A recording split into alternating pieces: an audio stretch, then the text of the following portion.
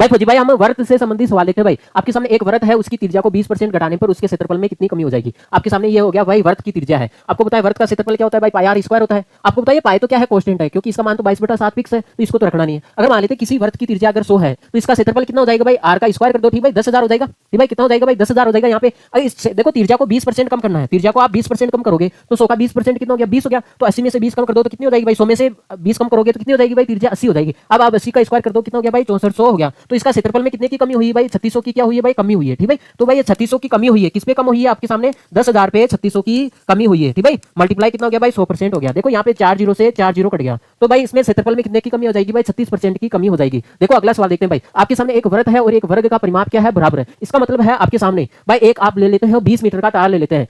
20 metre के तार से आपने एक वर्ग बना दिया और एक इसी से आपने 20 मीटर के तार से आपने एक क्या बना दिया भाई, वर्ग बना दिया। एक तो वृत्त बनाया और एक वर्ग बना दिया। बताओ इसमें से क्षेत्रफल किसका बड़ा होगा या छोटा होगा, तो हमेशा भाई इसका क्षेत्रफल क्या होगा भाई, बड़ा होगा। वृत्त का क्षेत्रफल बड़ा होगा, ठीक है, क्योंकि इसमें कोने की वजह से इसका क्षेत्रफल कम हो जाता है। ठीक है देखो एक और सवाल देखते हैं हम। एक वृत्त के क्षेत्र में एक त्रिज्या है 21 सेमी त्रिज्या है और केंद्रीय कोण कितना है भाई, 135 डिग्री है।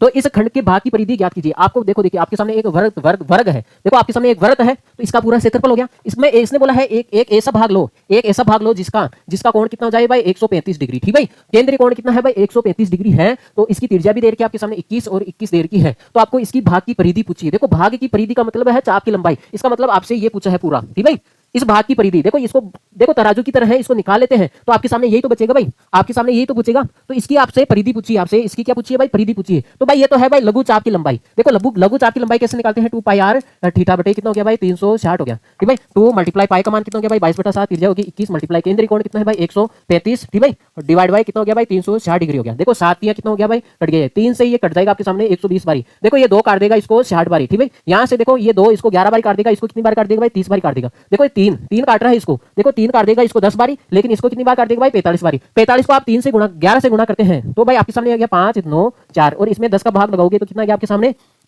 49.5 आ जाएगा। तो भाई ये लंबाई आई आपके सामने 49.5 आई, लेकिन आपको ये भी जोड़ना पड़ेगा क्योंकि ये पूरी परिधि की लंबाई पूछी आपसे। ठीक भाई तो आपके सामने भाई 49.5 है, इसमें आप 21 + 21 जोड़ दो। ठीक भाई तो 49.5 में आप कितना जोड़ देते हैं भाई, 42 जोड़ देते हैं। तो 42 जोड़ोगे तो कितना आ जाएगा भाई 91.5 आ जाएगी। ठीक भाई ओके।